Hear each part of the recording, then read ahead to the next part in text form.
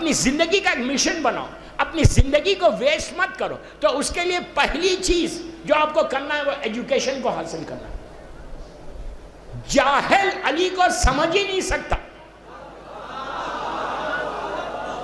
نہیں سمجھے، خاموش رہ گئے آپ. جہالتوں میں علی سمجھ میں نہیں آتا، علم سے علی سمجھ میں آتا. میرے یوتھ کا بول رہا کہ پروفیشنل کورسز میں آؤ. جب تک تم پروفیشنل کورسز میں، آج کل بی ایس کر کے گھروں میں نہیں بیٹھنا. لڑکیوں کو بھی پڑھنا چاہیے، اچھا پڑھنا چاہیے، اچھا ایجوکیشن لینا چاہیے. کیوں؟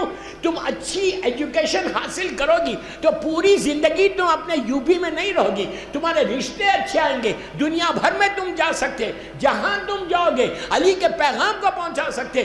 جاہل رہو گے تو اپنے گاؤں میں رہو گے، علم کے ساتھ رہو گے تو پوری دنیا جو اللہ نے بنائی ہے اس میں پہنچ جاؤ گے. علم کو حاصل کرو، جہالتوں میں مت رہو. مولا علی کا ایک جملہ ہے، پلیز غور سے سنو.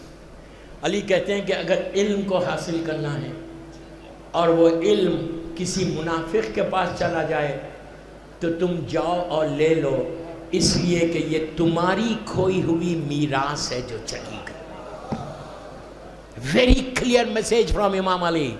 امام علی بول رہے کہ جہالت میرے پاس نہ آئے. اگر کوئی جاہل ہے، علم کے ساتھ آؤ تو علی کے راستے کھلتے ہیں، تمہارے حالات بدلتے.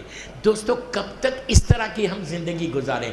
تم ایسے زندگی گزارو، تم کام کرو گے، تم امام علی کے لیے کام کرو گے تو ہمیشہ زندہ رہو گے. اب میں آپ کو ایک چیز بتاتا. نجف اشرف، اللہ ہم کو زیارت نصیب کرے. جو گئے ہوئے ہیں وہ جانتے ہیں کہ جب نجف اشرف میں آپ انٹر ہوتے، مولا کی وہ سونے کی گنبد ہے، گولڈن ٹوم، اور مولا کا صحن ہے. صرف دو میناریں، ایک رائٹ سائڈ پہ مینار ہے، ایک لیفٹ سائڈ پہ مینار ہے. مولا کے روضے میں ایک سونے کی گنبد، گولڈن ٹوم، ایک رائٹ سائڈ پہ مینارہ، ایک لیفٹ سائڈ پہ مینارہ. آپ کو معلوم ہے یہ مینارے کے نیچے کس کی لحد ہے؟ کبھی میرے ساتھ زیارت پہ چلو تو میں بتاؤں آپ کو، فری لے کے جاتا ہوں. چلنا ہے؟ لے کے نہیں جاتا، لیڈ کرتا گروپ کو، دنیا بھر کے گروپس کو لیڈ کرتا. مجلس کے بعد لائن نہیں لگانا باہر. دو جو مینار ہے نا مولا کے روضے میں، کتنی دور ہے مولا کی ذریعے سے؟ مثال کے طور پہ یہاں امام علی کے ذریعے، یہ سامنے 10-12 قدم کے اوپر. یہ امام علی کے زمانے کا شیعہ نہیں ہے. امام علی کی شہادت کے 600 برس کے بعد پیدا ہوا، 600 ایئرس کے بعد.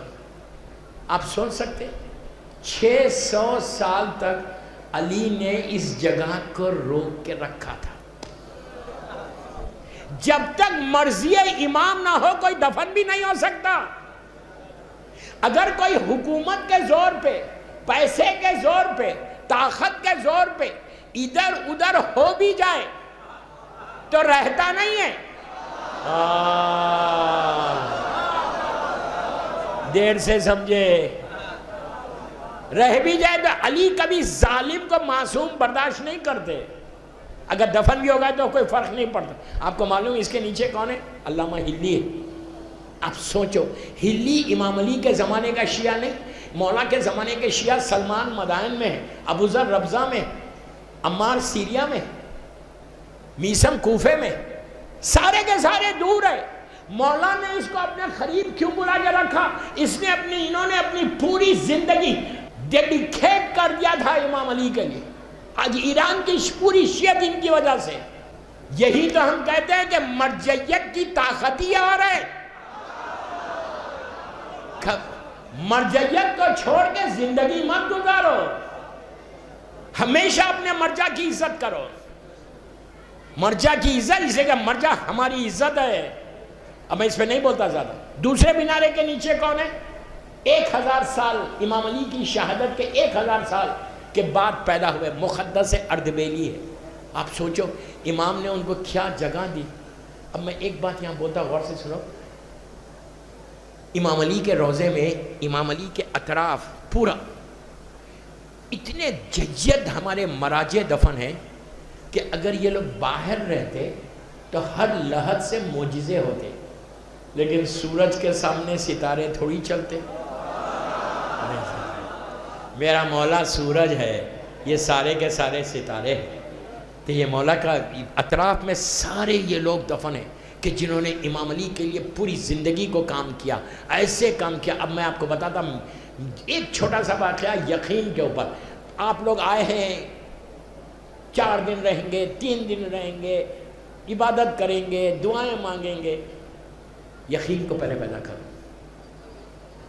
یقین کے ساتھ علی کے سامنے جاؤ. اور ولایت علی میں جو یقین ہے نا وہ کہیں نہیں ملے گا. جو کچھ حاجات کو لے کر آئے یہ سمجھ کے دعا کرو کہ یہ میرے مولا کا نجف اشرف میں نہیں گیا، میں یہاں پہ آیا. اور جا کے بولو مولا کو کہ مولا میں آپ کی کنیز ہوں، میں آپ کا غلام، I'm here مولا. یقین کو پیدا کر کے جا کے علی سے مانگو، پھر دیکھو دیتے کیا ہے. مجلس کے بعد تم جب سونے جاؤ اپنے اپنے بستروں پہ، اس سے پہلے میں تم سے 15 منٹ مانگ رہا سارے مجمع سے. 15 منٹس امام علی کے نام پہ دینا. جو میں دے رہا آپ کو یہ کر کے دیکھو، اس کے بعد دیکھو کہ مولا تم کو دیتا کیا ہے. ہو سکتا ہے تم مانگو اور تمہاری دعا پوری ہو جائے. امام علی کی جو سب سے فیورٹ نماز تھی شب نماز. 3 رکعت نماز پڑھو. آج ہوم ورک دے کے جا رہا. نماز کے معاملے میں سر جھکا لیا آپ نے؟ میں آپ کے فائدے کی بات کر رہا. نماز شب پڑھو 3 رکعت بس. 2 رکعت شفا، 1 رکعت وتر. یہ مولا حسین کی آخری وصیتوں میں سے ایک وصیت ہے کہ بہن مجھے نماز شب میں نہیں بھولنا. اور پڑھ کے بولو مولا یہ مولا حسین کے لڑکیوں کی اگر رشتہ نہیں ہے تو بہترین نماز ہے. رزق کا کسی کو پرابلم ہے تو یہ بہترین نماز ہے. اگر اولاد نہیں ہو رہی تو یہ بہترین نماز ہے. ہسبینڈ اینڈ وائف میں اگر پرابلم ہے تو یہ بہترین نماز ہے. تمہارے رشتوں میں محبت پیدا ہو جاتی اور اولاد ہوتی. اس لیے کہ نماز شب میں امام علی نے مولا عباس کو مانگا تھا اور حسین نے سکینہ کو نماز شب میں مانگا تھا. لڑکا بھی چاہتے تو نماز شب پڑھو، لڑکی بھی چاہتے تو نماز شب پڑھو. جتنا موقع مل رہا اتنی عبادت کر کے علی کے روضے میں رہنے کی زیادہ کوشش کرو. گھومنے کی کوشش مت کرو. یا مجلس کرو یا مولا کے روضے میں چلے جاؤ اور جا کے بولو مولا میں اتنی دور سے آپ کے پاس آیا، آپ کائنات کے مشکل کشا ہے، میری اتنی بڑی لسٹ ہے، میرے یہ پرابلمس ہے، اس کو آپ سالو کریں. علی نہیں کریں گے تو کون سالو کرے گا؟ یہ کرو. امام علی کو تحفہ دینا. میں بڑی زیارت نہیں دے رہا. اگر عاشورہ پڑھو گے تو نتھنگ لائک دیٹ. اگر کم از کم وارثہ آپ یہ پڑھو. اس لیے کہ دوستو سلام واجب نہیں ہے، جواب ہے سلام واجب ہے. یاد رکھو جب تم کہتے ہو سلام علیکہ یا ابا عبداللہ، حسین کربلا سے تم کو جواب دیتا ہے. 3 رکعت شب نماز پڑھ لو اور زیارت وارثہ 5 منٹ کی ہے. پڑھ کے دیکھو کہ تمہاری زیارت کی قبولیت کیسے ہوتی. تم دیکھو کہ جو تمہاری دعائیں تم لے کر آئے ہو وہ کھلتے کیسا ہیں. اس لیے کہ اگر میں امام علی کو کوئی تحفہ نہ دوں تو پھر میں دے رہا کیا. یا آپ خود بولو کہ جب آپ کسی بڑے کے پاس جاتے ہو تو کوئی نہ کوئی تحفہ لے کے جاتے. غریب کوئی مٹھائی لے کے جاتا، کوئی نہ کوئی تحفہ. ہم علی کے پاس کیا تحفہ لے کر آئے؟ ہم غریب، ہم فقیروں کے فقیر ہیں، وہ امیروں کا امیر ہے. تم جا کر اتنا بولو کہ مولا میں کچھ نہیں دے سکتا، آپ کو صرف زیارت وارثہ اور نماز شب کو تحفہ دے رہا. تم یقین کرو میری بات پہ، ممبر سے بول رہا، ہزاروں کے مجمع میں بول رہا. یہ کر کے دیکھو کہ علی تم کو عطا کیا کرتا ہے. صلوات پڑھ لے محمد والے.